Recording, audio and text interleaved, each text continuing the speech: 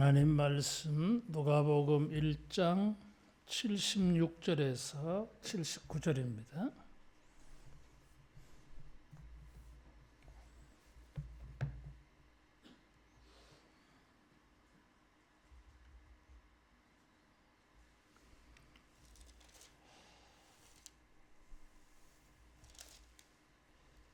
이하여 내가 지극히 높으신 이의 선지자라 일컬음을 받고 주 앞에 앞서가서 그 길을 준비하여 주의 백성에게 그 죄 사함으로 말미암는 구원을 알게 하리니 이는 우리 하나님의 긍휼로 인함이라.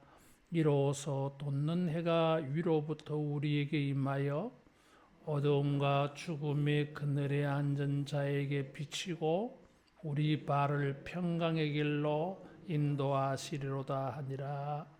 아멘. 세례 요한의 아버지 사가랴 제사장이 아이를 낳지 못하던 자기 부인 할머니 엘리사벳이 임신을 했어요. 그리고 그때에 동시에 마리아도 예수님을 임신했어요. 예수님이 찾아왔을 때는 벌써 이 세례 요한이 예수님보다 6개월 앞서요. 드디어 세례 요한이 태어났습니다. 그때에 이 제사장 사가랴의 입이 열려가지고 주님을 찬양했습니다. 그래서 이 1장에 나오는 사가랴의 이 찬양은 성령의 감동함을 받아서 이 찬양을 했어요.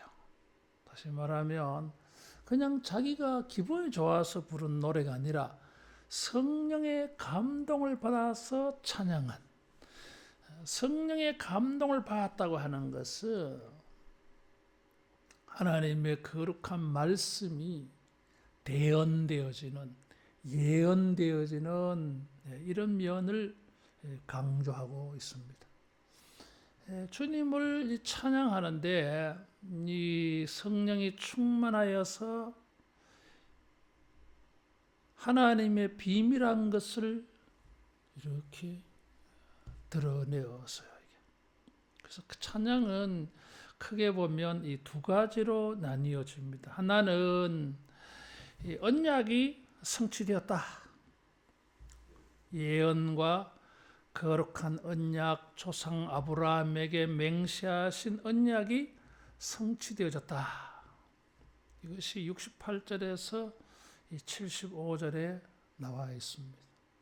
그리고 우리가 읽는 이 본문은 그 아브라함의 언약의 성취로 예수님이 이 세상에 오신 결과, 이런 것을 찬양하고 있어요. 자기 아들이 태어났는데 아들을 얻어서 기뻐한 찬양이 아니고 이 아들의 사명이 주님의 길을 예비하는, 주님의 길을 준비하는 자로서 이 아들을 말하면서 궁극적으로는 본론은 예수님을 찬양하고 있어요. 아직 태어나지도 않았는데 6개월 뒤에 태어날 건데 10달 만에 태어나니까 4개월 뒤에 태어나겠네. 6개월 차이니까. 자기에게 일어난 일을 가지고 아이를 낳지 못하던 이 노부부 제사장의 가정에 아이가 태어난 것을 가지고 무엇을 보았느냐 하면 예수님, 메시아, 하나님의 구원을 바라봤어요. 자기에게 나타난 은혜를 가지고 자기에게만이 아니라 온 인류에게 임할 하나님의 큰 은혜를 봤어. 우리가 개인적으로 기도의 응답을 받고 하나님의 은혜를 입을 수 있습니다. 여러분, 그럴 때 그게 어떤 의미가 있느냐 하면, 이런 응답이 있고 이런 은혜를 받는 걸 보니까 다른 사람들에게도, 하나님을 구하는 많은 사람들에게도 하나님이 은혜를 베풀어 주시겠다. 이런 점에 있어서 먼저 은혜를 입은 것입니다. 마치 세례 요한이 예수님의 그 길을 준비하기 위하여 먼저 태어난 것처럼, 우리가 먼저 은혜를 받은 것은 내 뒤로 많은 사람들이 주님의 은혜를 받을 수 있는 힌트, 표적, 사인이 될 수 있어요. 반대로 다른 사람이 은혜를 받은 것을 보면 우리가 소망과 기대감을 가질 수 있습니다. 따라하겠습니다. 나도 은혜를 입을 수 있겠다. 이런 기대감이 생기는 거예요. 또 소망이 생기고 이 간절한 마음이 생겨. 주님, 다윗에게 은혜 베푸신 것처럼, 요셉에게 은혜 베푸신 것처럼 저에게도 은혜를 베풀어 주십시오. 이런 은혜를 사모하는 마음이 생기는 것입니다. 그래서 사가랴는 자기 아들이 태어난 것을 가지고 자기가 받은 은혜를 감사하는 게 아니라 그걸 가지고 예언적으로 앞으로 많은 사람들에게 임할 주님의 은혜를 찬양을 했어요. 그런 은혜를 베푸실 주님을 이미지를 하나 사용해서 표현을 했는데, 그것이 78절에 돋는 해가 위로부터 우리에게 임하여, 이런 말을 했어요. 해가 돋아온다. 돋는 해. 아침에 일출, 바다 위로 떠오르는 그 찬란한 해. 그것처럼 어두움에서 올라오는 샛별 같은 거. 이 세례 요한의 이 출생을 가지고 뭘 보고 있냐면 해가 떠오를 것 같아. 주님이 이제 나타날 것 같아, 이게. 그래서 그 주님을 이 사가랴는 돋는 해로 표현을 했습니다.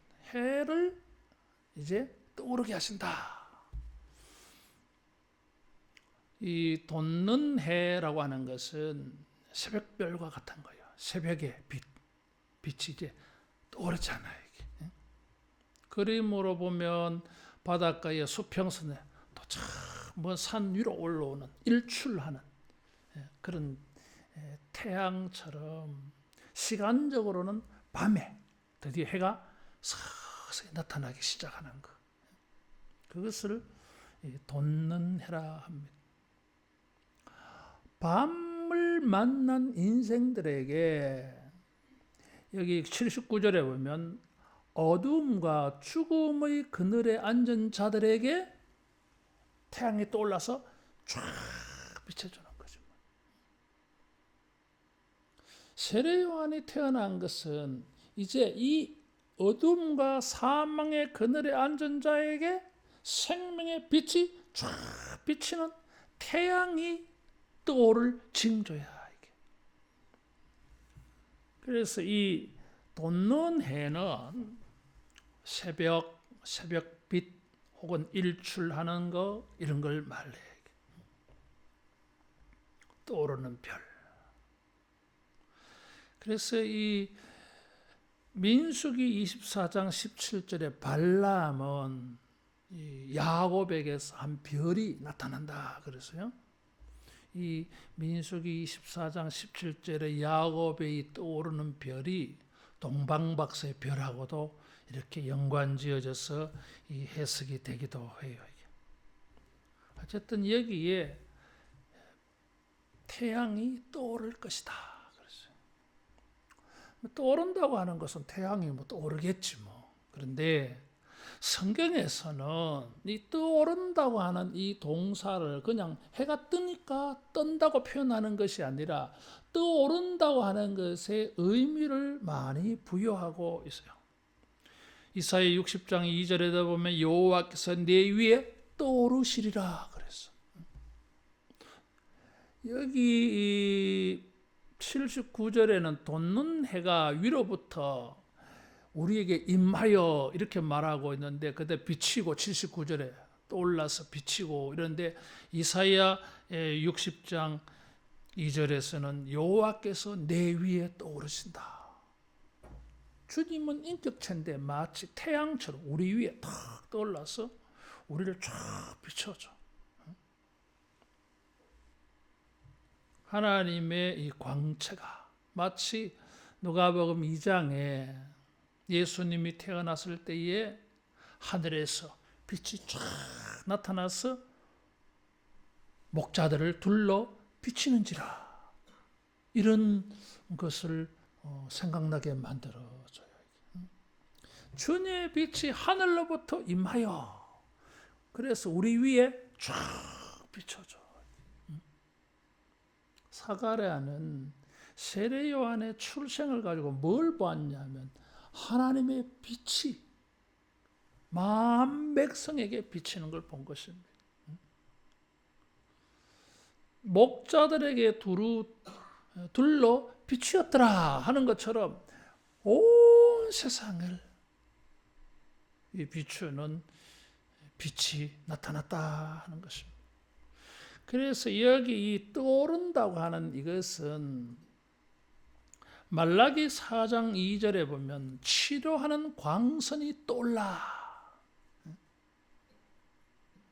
세례 요한의 출생을 말라기 선지자가 예언을 하면서 주의 사자가 나타나는데 그때에 치료하는 광선이 떠오른다 이런 표현을 썼어요. 광선이 떠오른다. 하늘로부터 광선이 우리에게 비치는 것을, 빛이 우리들에게 떠오른다 이렇게 표현을 한 것입니다. 그래서 이 떠오른다고 하는 이 동사가 예수님의 출현, 나타나심을 말해요. 여러분, 태양이 아침마다 떠오르는 것처럼 주님이 우리 위에 떠오르셔서 우리를 둘러 비춰주는, 두려워하는 목자들에게, 밤중에 양떼를 지키는 목자들에게 하늘로부터 빛이 나타나서 둘러 비추어서 하늘에는 영광이요 땅에서는 기뻐하심을 입은 사람들 중에 평화로다, 이런 축복이 주어졌잖아요. 그래서 여러분, 주님은 돋는 해와 같아요. 떠오르는 태양이야. 그래서 우리에게 있는 모든 어두움을 여러분 사라지게 해줄 줄로 믿습니다. 이 떠오르는 빛을 인격으로 표현한 것이 76절에 내가 지극히 높으신 이의 선지자라 일컬음을 받고, 이런 표현을 했어. 세례 요한은 지극히 높으신 이의 선지자. 지극히 높으신 이가 누구예요? 예수님이잖아요. 지극히 높다고 하는 이 표현이 32절에 언급되어져 있어. 거기서는 하나님을 말해. 하나님을 지극히 높으신, 그렇게 32절에 표현을 해서요. 근데 여기 이 76절에서 지극히 높으시는 누구예요? 예수님 돼, 예수님. 예수님과 하나님을 똑같이 표현을 했어요. 그럼 돋는 해는 무엇입니까? 주님이 오신다, 이런 거예요. 이사야 60장 2절에 하나님이 내 위에 임하리라 한 것, 떠오른다 하는 것처럼 이제 돋는 해이신 예수님이 오시는데 그분이 누구예요?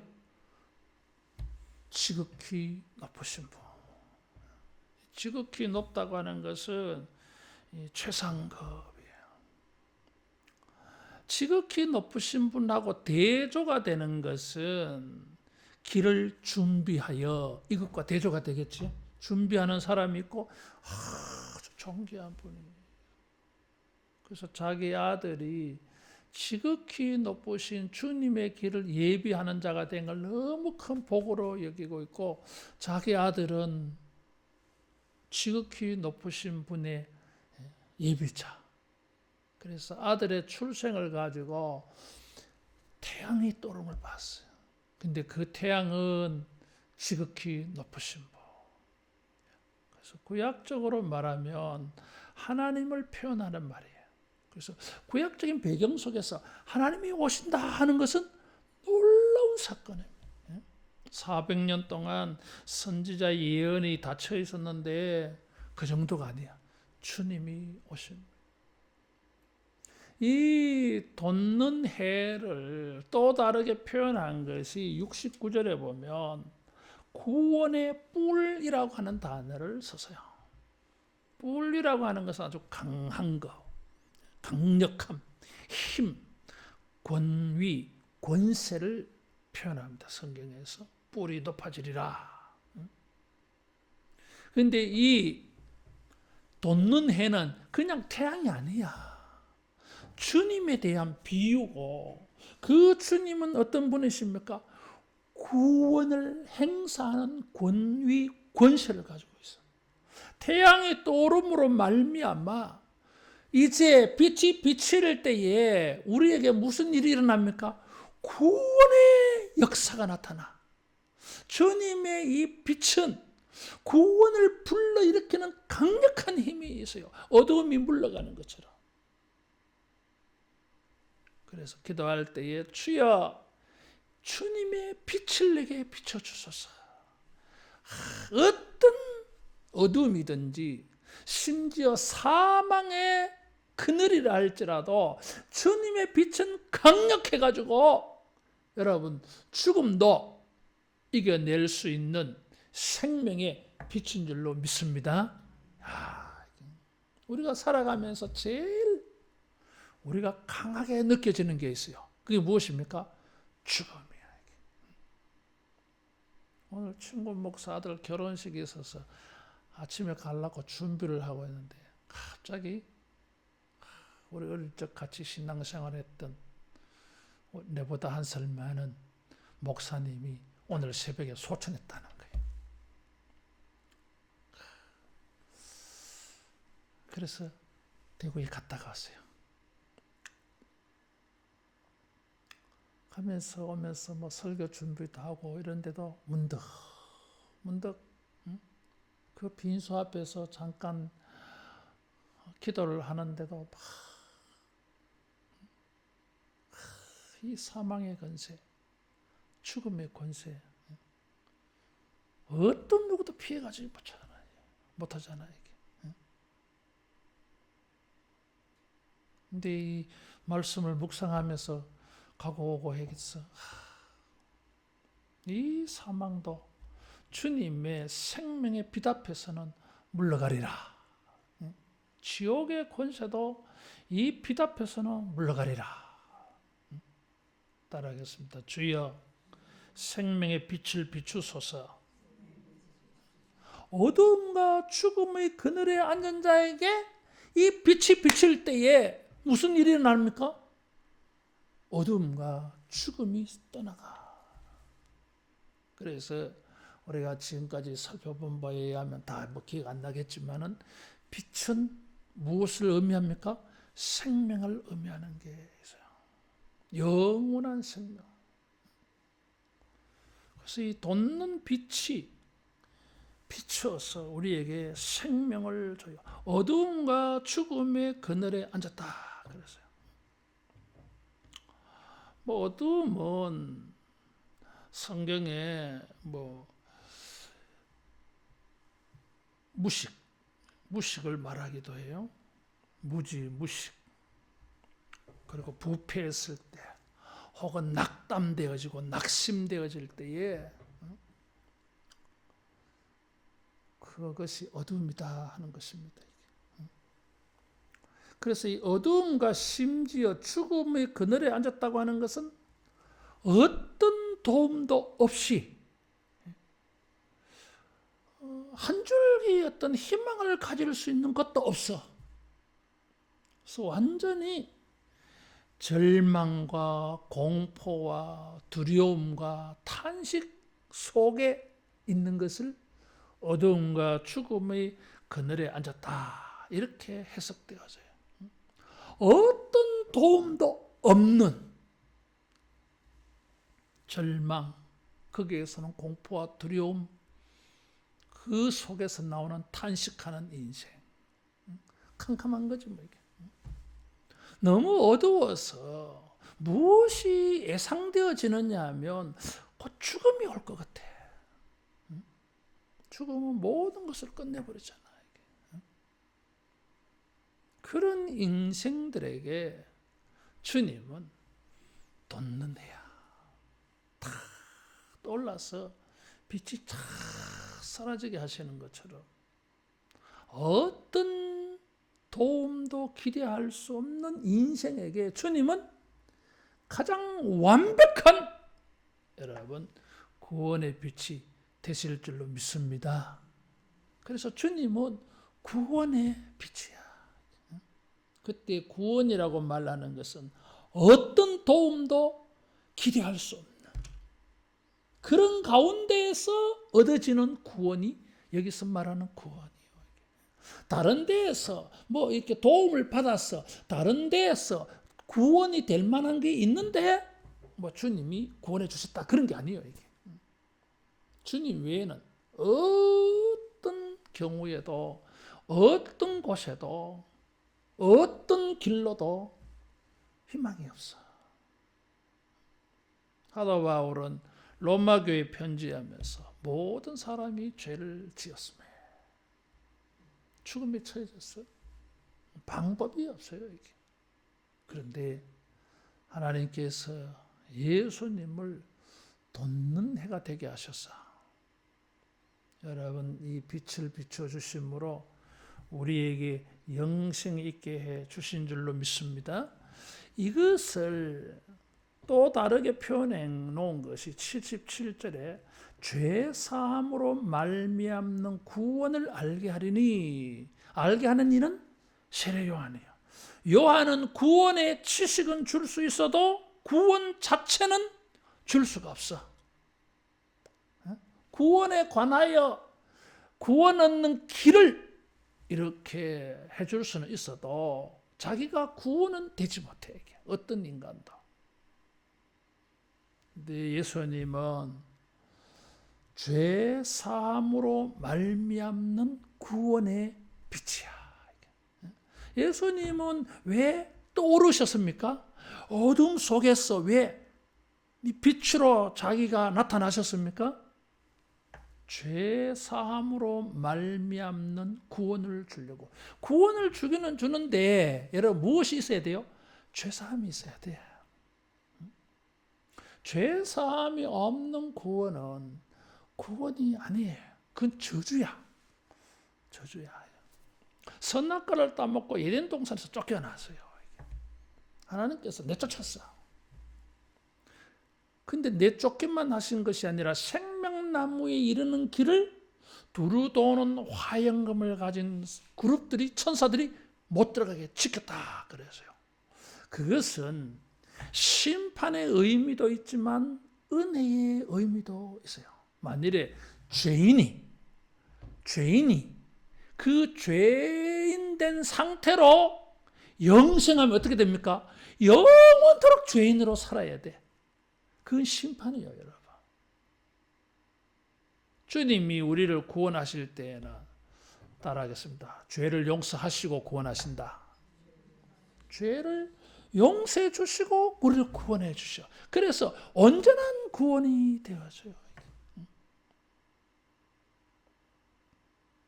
이게 세례 요한 아버지 사가랴가 꿰뚫어본 성령의 영감을 통해서 깨달은 거.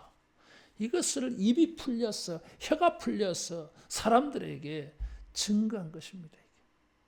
예수님은 우리에게 죄 사함으로 말미암는 구원의 빛이십니다. 이 빛으로 나오는 자들은 죄 사함을 얻고 구원을 얻을 수 있을 줄로 믿습니다. 주님이 죄 사함의 구원을 주시기 위하여 누가는 무엇을 보았느냐 하면 예수님이 십자가에 죽으시는 걸 봤어. 이제 누가는 11장부터 그것을 증거할 거예요. 이게.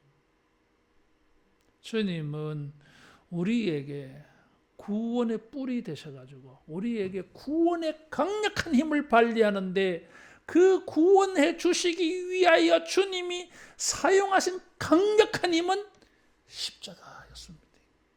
이 십자가에는 이런 역설이 있어요. 이게 아주 무능한 것 같아 보이고 아무것도 할 수 없는 것 같고 십자가에서는 아무런 일도 일어나지 아니할 것 같아. 완전 어둠과 사망의 그늘 속에 떨어지는 것 같아. 그런데 그건 주님의 놀라운 반전이 있어요. 십자가에 부활이 일어나잖아. 그 십자가는 사도 바울이 고린도 교회에 편지하면서 이것은 주님의 지혜고 주님의 능력이다 그랬어요. 구원의 뿌리야 여러분. 주님께서 우리를 죄사하여 주시고 구원하여 주시기 위하여 빛을 주실 때에 거기에는 주님의 놀라운 희생이 있어요. 자기 희생이 있어요. 그래서 이 구원은 완벽해. 주님이 자기가 희생하시면서까지 우리의 죄를 사하시고 우리를 구원해 주시는데 이게 무효가 될 수 있겠습니까? 없어. 이게 만일에 무효가 되어지고 이게 불완전하다면 주님의 죽음은 너무나 비극이야. 이게. 너무나 안타까운 거야. 이게. 죽어서 예수님은 실패자로 끝나버려. 이게. 근데 결코 그렇지 않아요. 죄사함과 구원의 은혜가 있을 줄로 믿습니다. 예수님께서 이런 일을 행하기 위하여서 우리에게 78절에 임하여 그랬어. 임한다고 하는 이 말은 우리가 볼 때는 뭐 떠올라서 우리에게 온다 하는 것처럼 보이는데 사실은 이 단어는 따라하겠습니다. 돌보신다. 돌보신다고 하는 단어예요. 그래서 아주 의역을 이렇게 심하게 해버렸어.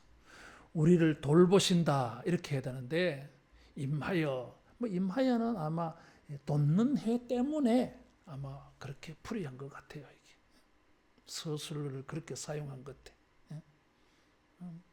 이렇게 문장의 흐름을 맞춰야 되니까. 그러나 직역은 문자적으로 직역하면 돌보신다. 주님이 빛을 비추는 것은 돌보심이 있어요. 지금 우리가 어둠과 죽음의 그늘에 처해져서 어떤 도움도 만날 수가 없어요. 죄사함과 구원을 소망할 수가 없어. 뭐 그런 거 기대할 수 있는 근거가 없어. 아무것도. 그런데 주님이 떠오르는 해가 되셨어. 해가 되셔서 그 햇살이 쫙 비춰줘. 그래서 우리의 길을 인도해 줘요. 주님의 길로. 그래서 세례 요한을 말할 때에 주 앞에 가서 주님의 길을 준비한다 이렇게 해놨어요. 그 길이라고 하는 것은 그의 길, 주님의 길이에요. 이게. 자, 주님은 재밌는 이 사가랴는 재미있게 표현을 했어요. 해가 탁 떠올라서 햇빛이 쫙 비쳐가지고 어떤 길을 보여줘. 길을. 그래서 길을 비추는 빛이기도 하고 그 빛이 비춰서 주님은 자기의 길을 보여줘요.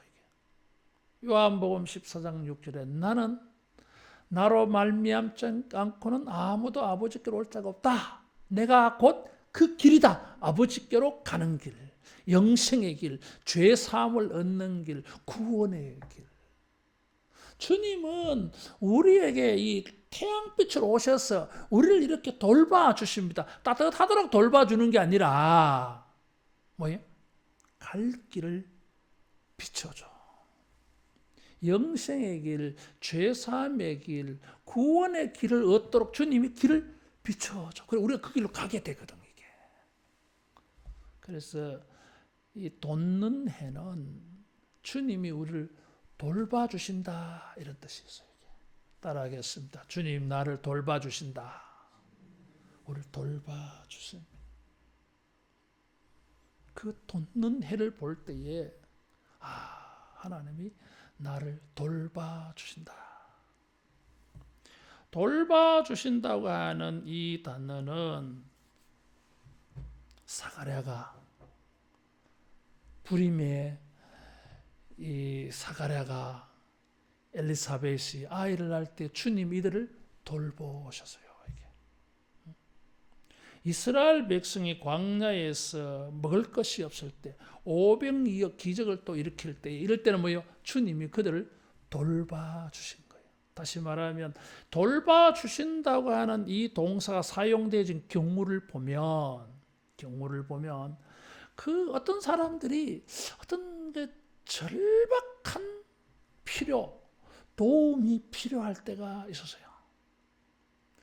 출애굽 2장에서 그 애굽에서 고통당하는 신음하는 강제 노동에 압제당하는 이 사람들을 하나님이 돌봐주셔서는 구원을 주셨어요. 이렇게 눌림을 겪고 있는 사람들에게 주님이 돌봐주셨다고 하는 것은 해방이 있었어요. 이게.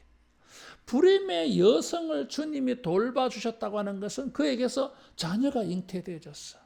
먹을 것이 없는 사람들을 주님이 돌봐주셨을 때는 만나의 기적이 있고 오병이어 기적이 있었어요. 이게. 주님이 돌봐주셔서 자기들에게는 어떤 도움도 기대할 수 없는 이런 게 필요하긴 한데 이 문제를 해결할 수 있는 도움을 얻을 데가 없어요. 도움이 될 만한 일이 없어. 그것이 어둠과 죽음의 그늘에 앉은 우리 모습이라 그래서요. 자, 이 식민지 생활을 하는데 아무리 생각해봐도 해방될 수 있는 방법이 없어. 뭐 힘이 있어야지. 그런 거. 불임, 아이를 가지지 못해. 이게 뭐 조금 기다리면 애가 생기지 아니할까? 아니, 세월이 넘어가가지고 태가 다쳤어. 이제는 경수가 끊어졌어. 불가능해 이게. 그런데 기적적으로 하나님이 자녀를 줬어요. 이삭도 주시고 삼손도 그래서 태어나고 그렇잖아 이게. 희한한 일이 생긴 거예요. 어떤 도움도 얻을 수 없는데 주님이 빛으로 그들을 돌봐주셔가지고 그들이 간절히 필요로 한데 도움을 얻을 데가 없어. 내가 간절히 소원하는데 이걸 해결할 수 있는 방법이 없어. 그럴 때에 주님이 빛을 쫙 비춰줘가지고 구원해 주셨어요. 이게 임하여 돌보십니다. 주님이 우리를 비춰주셔서 우리가 간절히 원하지만 해결할 방법이 없어. 여러분 여기에도 주님이 돋는 해가 되셨어. 새벽별이 되어주셨어. 여명 새벽빛이 되어주시면 여러분 뜻밖에도 우리에게 큰 주님의 평강이 있어질 줄로 믿습니다. 그래서 79절 뭐라고 말합니까? 우리 발을 평강의 길로 인도하시리로다 이렇게 했어. 인도하시리로다는 무엇과 짝을 맞추었어요? 우리에게 임하여 돌봐주셨어. 우리를 돌봐주셔가지고 사망과 죽음의 그늘에 앉아있는 우리들이 갈 길을 몰라. 생명의 길이 어디에 있는지, 구원의 길이 어디에 있는지, 어디로 가야 샬롬, 평강이 있을지 보이지 않아. 보이지 않아. 방법이 없어. 그런데 주님이 우리를 돌봐주셔가지고 빛을 쫙 비춰주시니까 주님의 길, 영생의 길, 죄사함의 길, 구원의 길, 천국의 길, 샬롬의 그 장소로 주님의 길을 쫙 비춰주신 거예요. 주님의 이 돋는 해가 비춰져서 여러분 우리 영혼에도 우리 육체에도 우리 인생에도 평강으로 나아가는 기회가 열려지기를 축원합니다. 돋는 해는 구원의 해예요. 죄 사함으로 말미암는 구원의 빛이야. 하나님이 우리를 돌봐 주셔서 평강으로 인도해 주시는 빛이요. 주님이 왜 이런 일을 하십니까? 78절에 보니까 하나님의 긍휼로 인함이라. 따라하겠습니다. 우리를 불쌍히 여기신다. 우리를 불쌍히 여기신다. 어둠과 죽음의 그늘에 앉아 있어서 아무런 데도 도움을 얻지를 못해서 절망하고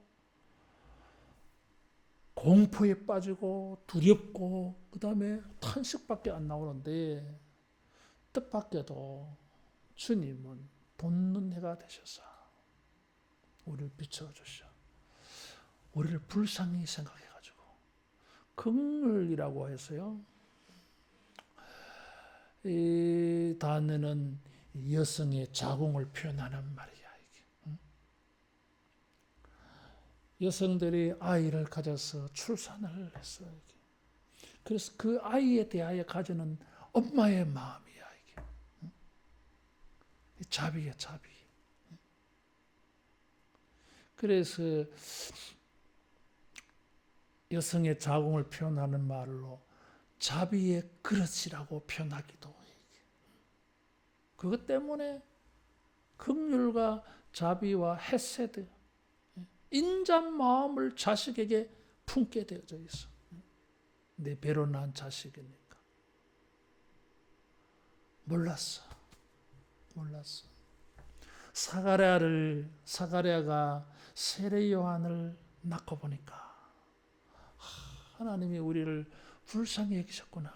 이게 막 나이는 많지, 자식은 없지. 개인적으로는 마치 이 모습은 구원을 얻지 못한 하나님의 백성들의 모습하고 아이를 갖지 못한 이 부부의 모습하고 똑같이 보이는 거야, 이게. 그래서 사가랴와 엘리사벳에게 자식을 주신 거예요. 그걸 가지고 하나님은 온 세상에 사인을 주셨는데 그것을 이 사가랴가 성령이 충만해가지고 다 폭로한 거야, 이게. 공개화시켰어요. 주님이 우리를 돌봐 주셔서 주님이 구원의 빛을 비춰주시고 긍휼의 빛을 비춰주시고 돌보심의 빛을 비춰주셔서 죄사함으로 말미암는 구원을 얻고, 그래서 여러분 우리가 하나님의 이 평강의 복을 만나는 우리 모두 되기를 축원합니다. 기도하겠습니다. 예수님, 우리를 불쌍히 여기사 주여 우리를 보시고 주여 구원의 빛을 비추어 주시옵소서. 우리를 돌아보사 우리의 어둠과 사망의 그늘에 속한 것들을 보시고 빛을 비추어 주셔서 구원을 받고 평강을 얻게 하여 주시옵소서. 우리도 사가랴와 같이 주님의 빛의 은혜를 입고 크게 감사하며 우리의 입술이 풀려서 주님을 찬양하며 많은 사람들에게 우리 주님의 구원의 은총을 간증하며 전도할 수 있도록 우리에게 은혜를 베풀어 주시옵소서. 주여, 우리가 아무데도 도움을 받을 데가 없는 것처럼 낙심하고 탄식하게 될 때에 불쌍히 여기사 내가 여기 있노라. 내가 너를 사랑하노라. 내가 너를 구원하노라 말씀하여 주시옵소서. 예수님 이름으로 기도하옵나이다.